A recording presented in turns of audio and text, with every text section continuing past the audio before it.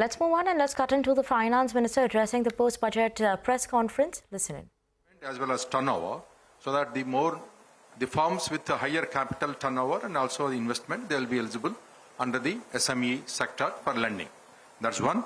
The other is we also announced the credit enhancement for the guarantee cover that we have announced, and also we have announced partial credit guarantee scheme, which will be implemented by the NAFED for the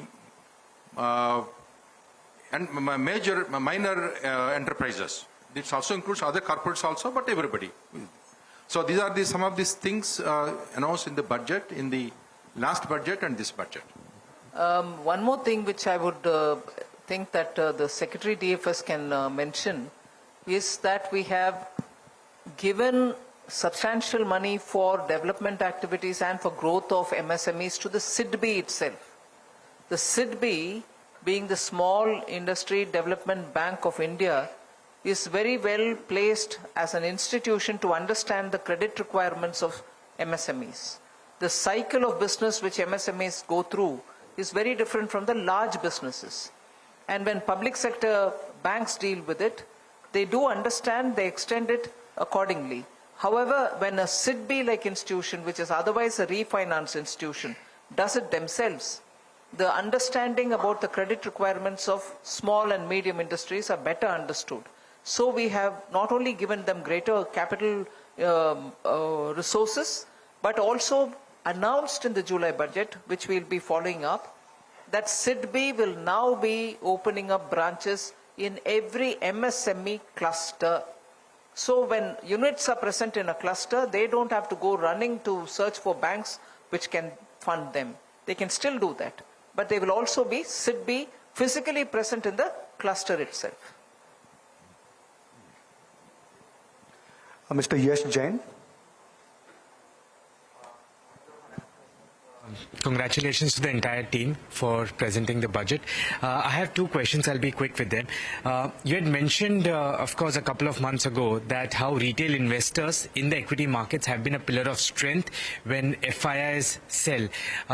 In the last couple of months, we've seen relentless selling from foreign investors into our equity markets. They've been finding other markets more attractive as compared to India. Is the government acknowledging that? And are you looking at steps to make the equity markets more attractive for the foreign institutional investors and hence retail investors also? Because retail investors have been started to seeing mark-to-market losses in their portfolios now also. Second question, the measures announced to give relief to middle class on income tax, on income up to 12 lakhs was certainly welcomed. But as we are seeing, the classes are also upgrading. The lower middle class becoming middle class going higher. In that case, middle class is also the income over 12 lakhs.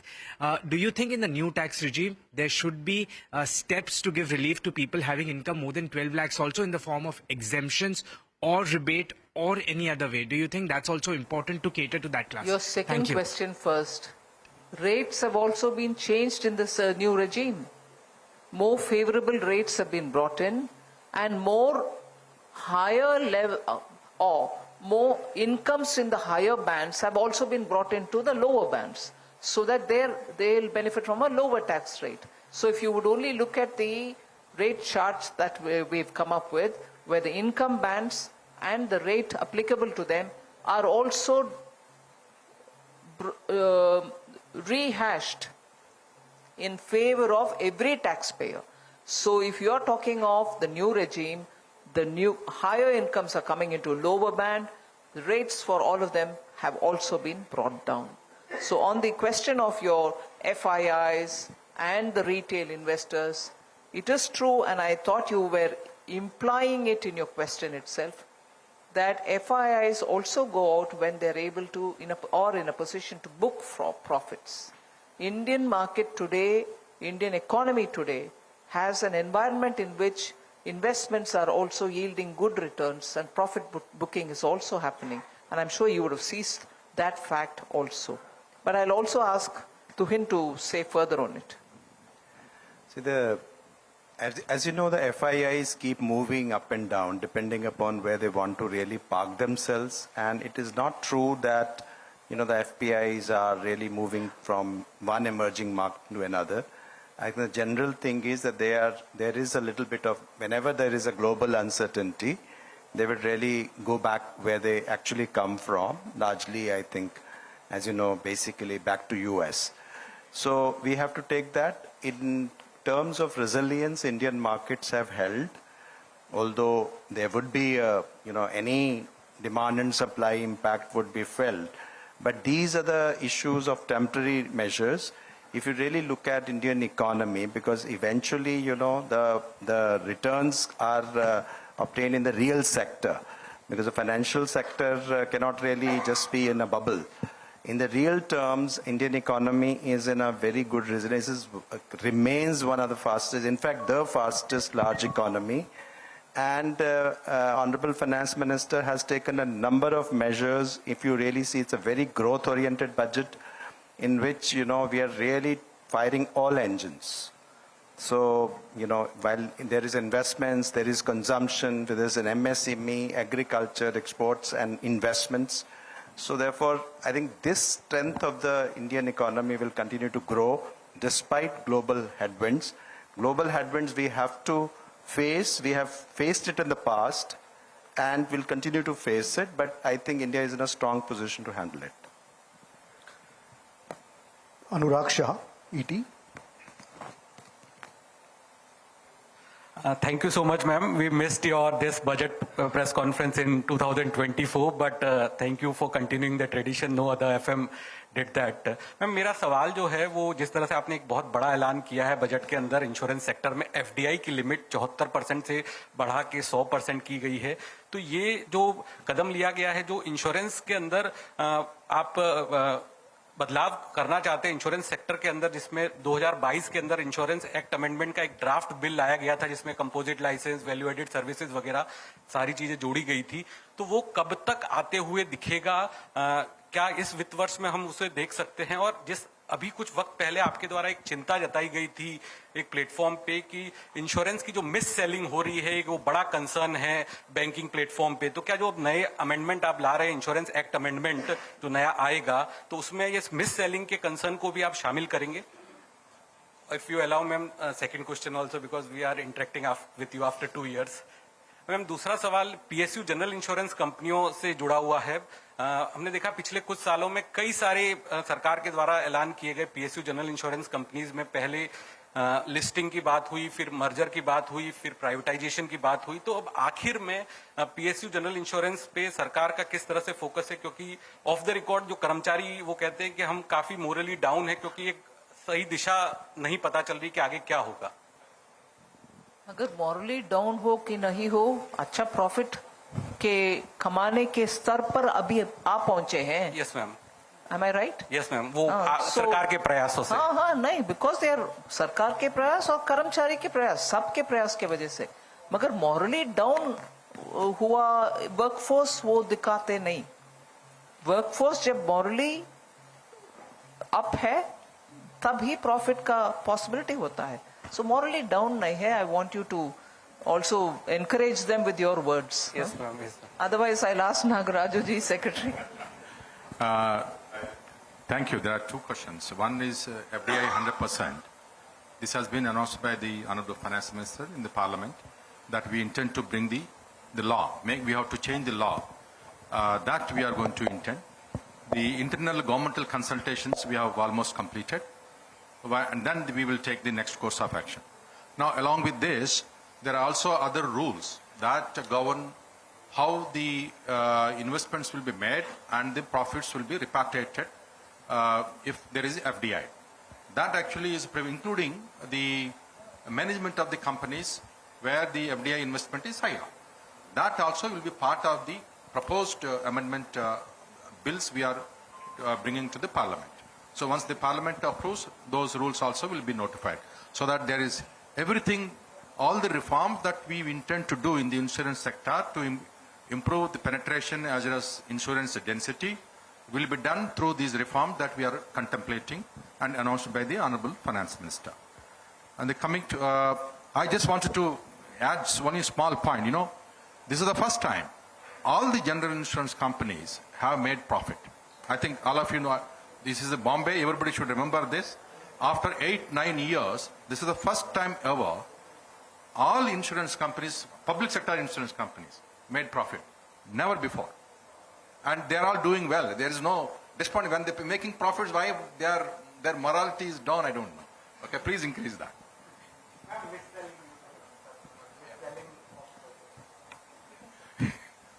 See, mis-selling, we sell large number of policies, both private sector and public sector. Mis-selling basically arises the complaints we receive when the banks are selling. They actually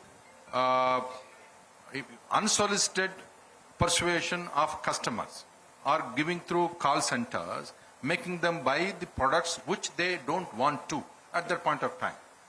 And then because the first year premium is higher and people forget about it, that's one. And then there is also a complaint that in some segments of population who do not actually require insurance products, they are also forced to buy when they go for credit. That's one. And then business houses, some small industries, when they buy, when they take the credit, they are also asked to insure their businesses, including the machinery, plant and everything. And then house building also. And some cases where the house owners are persuaded to buy insurance for themselves for paying the installment. But while this has been there, but now if you notice it, large number of complaints have been reduced. Now we have introduced a policy, a 1-year lookout policy. In fact, we encourage our insurance companies to extend this lookout policy to 1 year, 1 month to 1 year. Now, most, including private sector, they are now doing that. If somebody wants to surrender the policy, please surrender. You get a full amount. There is no questions asked. That we have done. And then we also introduced in the public sector companies, including LIC, a callback. Once the product is sold, a callback will go to the customer whether actually he is happy with the product or he wants to surrender. That is also there. We have also asked private sector companies also to do the same callback so that the mis-selling is not there. Those who want to buy, please let them buy. This is, and we are also asking in the banks and other financial institutions, only the trained agents in the insurance segment, only they will be able to sell, not others. These are the measures we have taken to reduce the complaints and also whenever complaints received to redress them.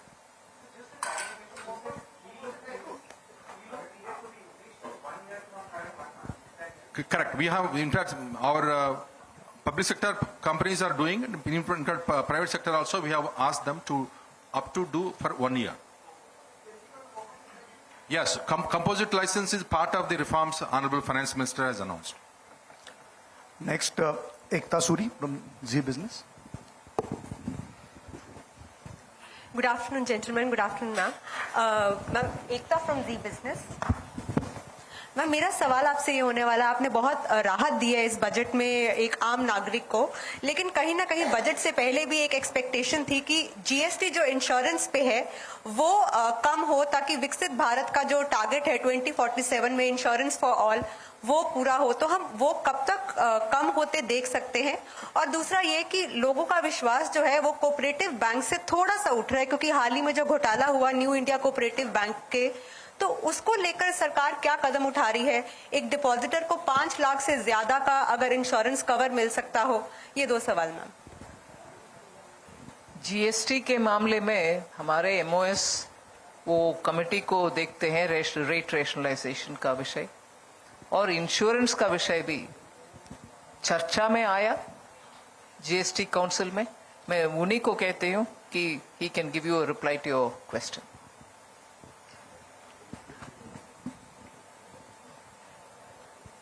जो insurance पे GST का विषय है, पहले तो मैं बताना चाहता हूं कि जीएसटी का रेट घटाना बढ़ाना, किस पे लगना किस पे नहीं लगना, एक काउंसिल का विषय है और काउंसिल इसको तय करता है। जो सब्जेक्ट पे आप बात करें उस पर जीओएम बना हुआ है, उस पर अभी निर्णय होना बाकी है।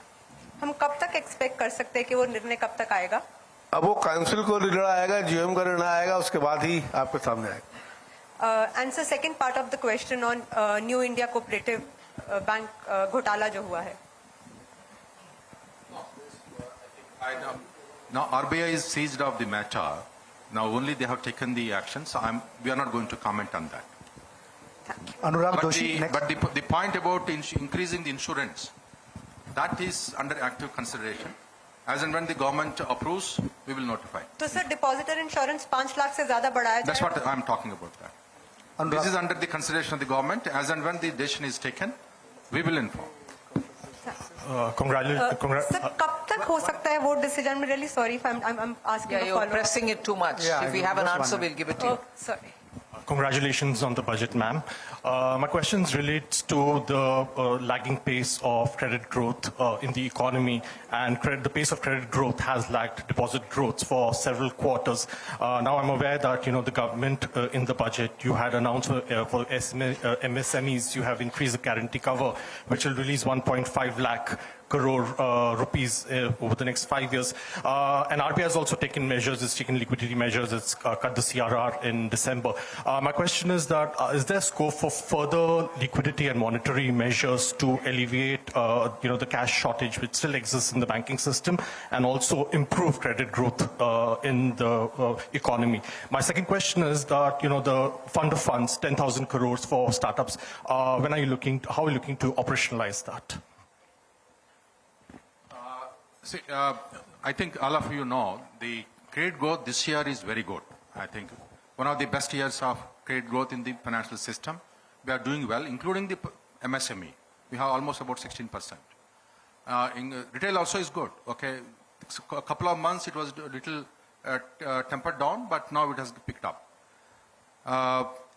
Further liquidity measures, I think now we expect the two measures announced by the Honorable Finance Minister in the budget, the income tax relief, that will give us about anywhere between 35 to 45,000 crores into the banking system, which may actually increase the ability of the banks to lend more to the private sector. That's one. Coming to the 10,000 crores for the startup fund, last time when the Finance Minister announced in the budget, we could, with the 10,000 crores, we could actually lend revolving 90,000 crores to the startups. This time also, we are actually trying to leverage both equity as well as debt, and trying to bring our own banks to complement this fund, and may increase anywhere between 20 to 25,000 crores to the startups. So all the startups will get actually benefited. Mr. Ashish from Maharashtra Times.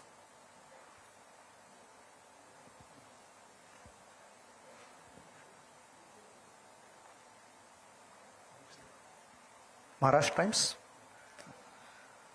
Then we have Ram Kumar. या वैभव वैसे from Maharashtra times. एक सवाल ऐसा है कि जो बार बार आपके speech सुनते हुए भी मन में आ रहा था कि एक old regime and new regime ये जो चल रहा है, तो अगर आप न्यू रिजिम में इतना ज्यादा लोगों को सहूलियत दे रहे हैं और and you increase the tax free income also, then अभी तक क्या सरकार को फील हो रहा है कि ओल्ड रिजिम कंटिन्यू होना चाहिए, या मतलब आपकी भूमिका क्या है इस पे की, ओल्ड या न्यू? देखिए, हमारा तो ये प्रयत्न रहेगा कि न्यू रिजीम इतनी अच्छी और सहूलियत वाली हो कि ओल्ड रिजीम की आवश्यकता ही ना रहे, लेकिन हम ऑप्शंस को भी नहीं करना चाहते बंद, क्योंकि धीरे धीरे जो प्रयास हमारा रहा उस प्रयास में जो पहले न्यू रिजीम आई और उसको रिलैक्स करके फिर उसके बाद वो 75% जो करदाता हैं वो उसमें आ चुके हैं, और हमें आशा है कि इस बार जो वित्त मंत्री जी ने बोनंजा दिया है न्यू रिजीम को, तो उससे बाकी के भी आ जाएंगे। तो कुछ विशेष छोड़ के जिनका बहुत ज़्यादा, जैसे मान लो किसी का हाउसिंग का है और उसका पास रेंटल इनकम है और उसका बहुत ज़्यादा लोन है, तो उस स्थिति में शायद उनको ओल्ड रिजीम सूट करे, नहीं तो ओल्ड रिजीम प्रैक्टिकली नहीं अपने आप चली जाएगी। लेकिन हम व्यवस्था को रखे हुए हैं, और बेसिकली आप देखें उसका जो प्रयत्न सरकार का यही रहा है कि आप माइक्रो मैनेजमेंट हम ना करें। जब हम सिंप्लीफिकेशन की बात करते हैं तो यदि बहुत सारे डिडक्शंस बहुत सारा वो करेंगे तो उसमें एक तो डिस्प्यूट्स भी आएंगे और दूसरे माइक्रो मतलब मैनेजमेंट हम कर रहे हैं। इससे अच्छा तो अप फ्रंट ही हम रिलीफ दे दें, और उसी तरह की प्रक्रिया रही है। तो इंडिविजुअल साइड में तो मुझे लग रहा है कि new regime will be become, अभी भी वो डिफॉल्ट रिजीम है।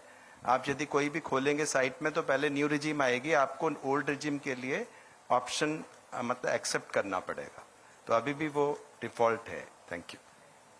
मिस्टर दवे फ्रॉम गुजरात समाचार।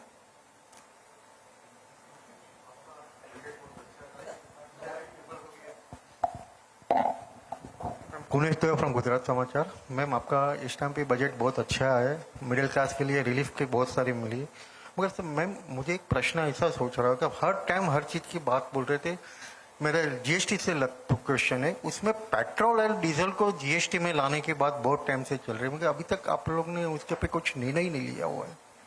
नहीं, वो क्वेश्चन एमओएस आंसर करेंगे, मगर पेट्रोल और डीजल के ऊपर केंद्र सरकार से प्रश्न पूछने का कोई कुछ बचा नहीं। इकोनॉमिक में बहुत अच्छा फर्क पड़ सकता है ना उसमें। हमने तो प्रावधान कर चुके हैं कानून में कि पेट्रोल और डीजल आना है, जब भी वो आएगा रेट के साथ उसको कानून में प्रावधान कर बैठे हैं हम। स्टेट्स को निर्णय लेना पड़ेगा। फिर भी अब बोलिए। मैंने पहले भी बताया कि जीएसटी काउंसिल जिसमें स्टेट और केंद्र दोनों की भागीदारी है और सभी स्टेट के वित्त मंत्री उसमें सम्मिलित रहते हैं, और जीएसटी पेट्रोल पे डीजल पे लगना है नहीं लगना है ये जीएसटी काउंसिल तय करते हैं।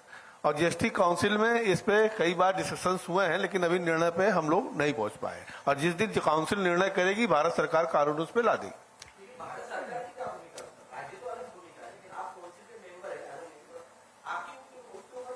What Bhumika? Yeah, I'm telling you, Kanun. You may ask him also, but the point remains. Oh, you think he's giving a different answer? I don't mind. Huh? He's not the chairman of the GST Council, sir. He's heading a committee which looks into the compensation sets and उसके ऊपर क्या करना है। और member भी है हमारे साथ,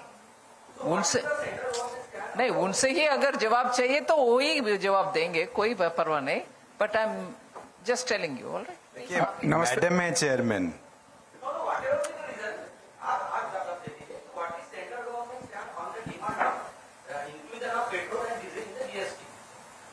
देखिए, जीएसटी काउंसिल एक संवैधानिक संस्था है और एक ऐसा उदाहरण जीएसटी पेश कर रही है कि जहां पर फेडरल स्ट्रक्चर में सभी स्टेट और केंद्र मिल करके निर्णय लेते हैं। और कहीं ना कहीं आप सबको जानकारी प्रसन्नता भी होगी कि सरकार, भारत सरकार सबके राय से जीएसटी काउंसिल जो काउंसिल में निर्णय होता है, और अभी तक एक दो विषय छोड़ दें तो सभी निर्णय वहां पर सर्वसम्मत से होता है। तो एक बहुत बड़ा उदाहरण है देश के लिए कि प्रदेश और केंद्र दोनों मिल करके निर्णय ले रहे हैं, और जब काउंसिल निर्णय लेगा उसमें सभी मंत्री रहते हैं सभी स्टेट के, तो फिर भारत सरकार उस पर कानून लेगी। इंट्रोड्यूस कर लीजिए। अभिषेक पांडे, भारत एक्सप्रेस से। मैडम, मेरा 2 सवाल था। पहला सवाल तो ये था कि कोऑपरेटिव बैंक का जो आपने कहा अंडर इन्वेस्टिगेशन है, चूंकि मुंबई सहित पूरे देश भर में कोऑपरेटिव बैंक्स का एक चलन सा चल पड़ा है, लोगों को नजदीक रहता है काम करने में, लेकिन क्या इससे भरोसा खत्म हो रहा है क्या लोगों का? कोऑपरेटिव बैंक में लोगों को खाता खुलवाना चाहिए कि नहीं खुलवाना चाहिए?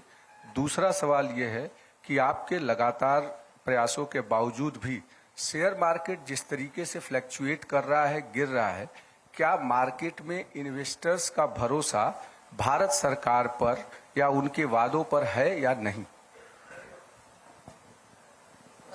अजय, पहला आपका प्रश्न कोऑपरेटिव सेक्टर के जो बैंक्स हैं उनके बारे में है।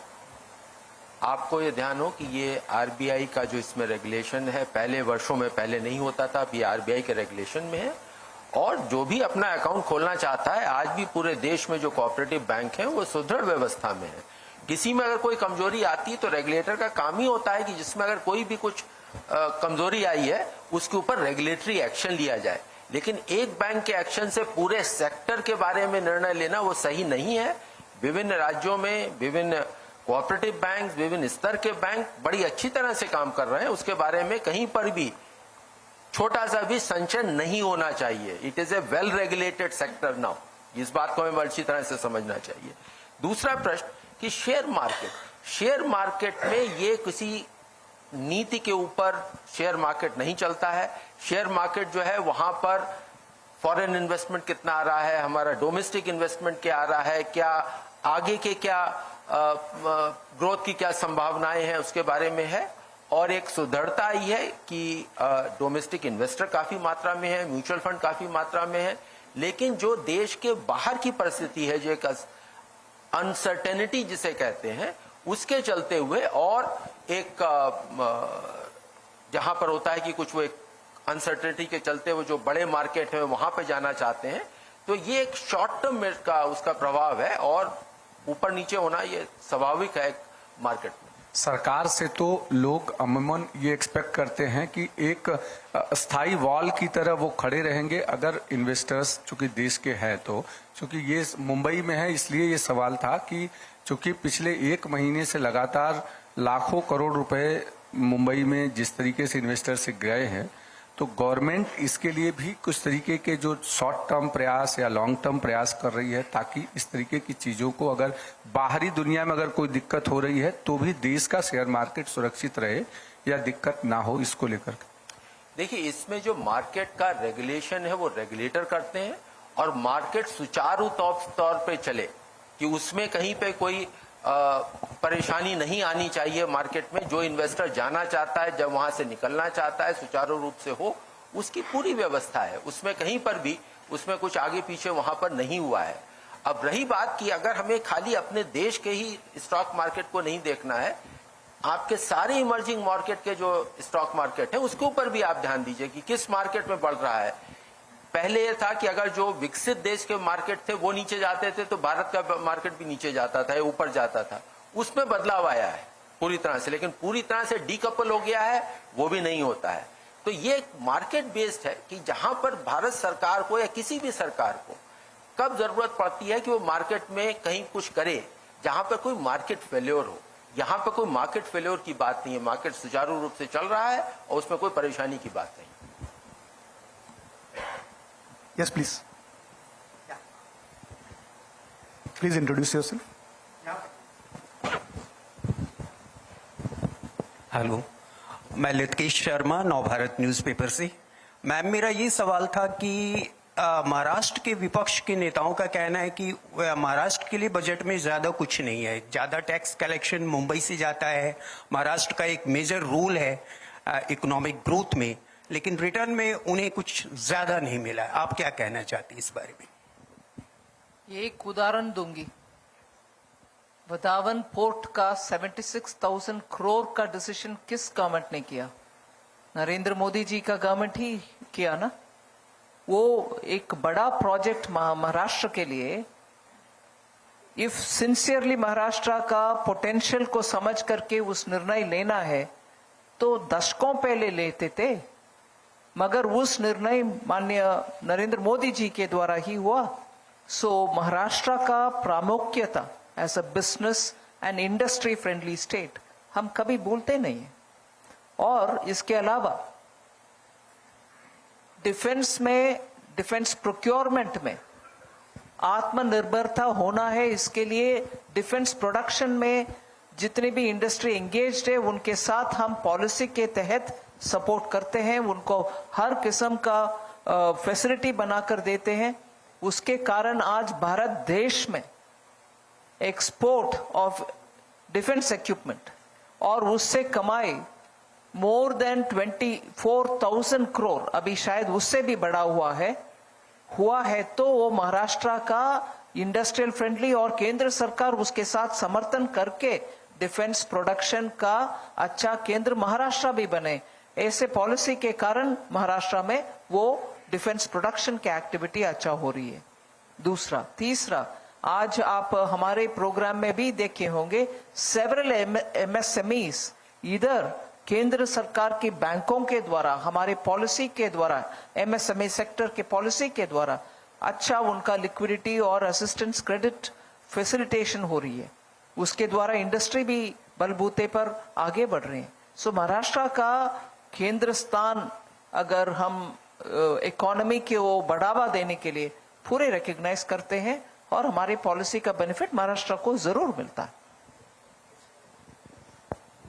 Please introduce yourself.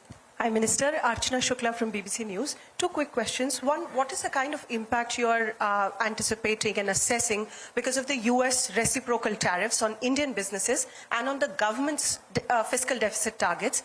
The second question is, just at a time when the government and the RBI both are stepping forward to support more spending in the domestic economy, how is the government attempting to manage the spillovers of rising inflation because of geopolitical pressures and tariff wars around the globe? Thank you. Inflation has been well within a certain band, and the last declared numbers have shown that it has come down very close to 4.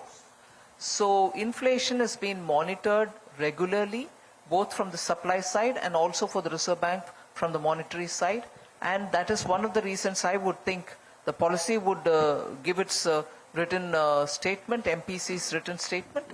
But that is one of the reasons why the RBI has chosen to cut the interest rate. This time you heard it after about nearly 4 or 5 years. So inflation-related management of supplies and also the monetary policy are working in sync, and that is going on, I think, in order to favor the growth cycle. But ma'am, with the threats of... I thought you asked me 2 questions. I've answered only one. Just a follow-up on this, ma'am. Just with the threats of imported inflation because of the global tariff wars, is there something that the government would be planning to do more? Inflation management covers that, doesn't it? I've answered about the inflation management. And the other question about tariff and reciprocal tariff that US is talking about, India has already for the last 2 years taken several measures which we continue to take. Even this budget shows that there's a lot of rationalization happening in terms of basic customs duty and their application. Safeguard duties or any anti-dumping duties that we levy are also periodically reviewed, and this budget has shown that there is a major step forward in terms of reforming India's customs duty and that regime which governs it. We are building to be an investor-friendly country, and as a result, the duty cuts and the rationalization that has been announced is a continuing process, and we shall keep doing that. But if there's more, Tuhin can add. Actually, a couple of things. I'll draw your attention to the joint statement that we had between Prime Minister and President Trump. And I think that there is a para on trade and investment. I'll draw your attention to that. Both the US and India have agreed to have a bilateral trade agreement by fall. So I think that is one. And I think the statement also highlights the reciprocal measures on both sides which they have taken for facilitating each other's trade.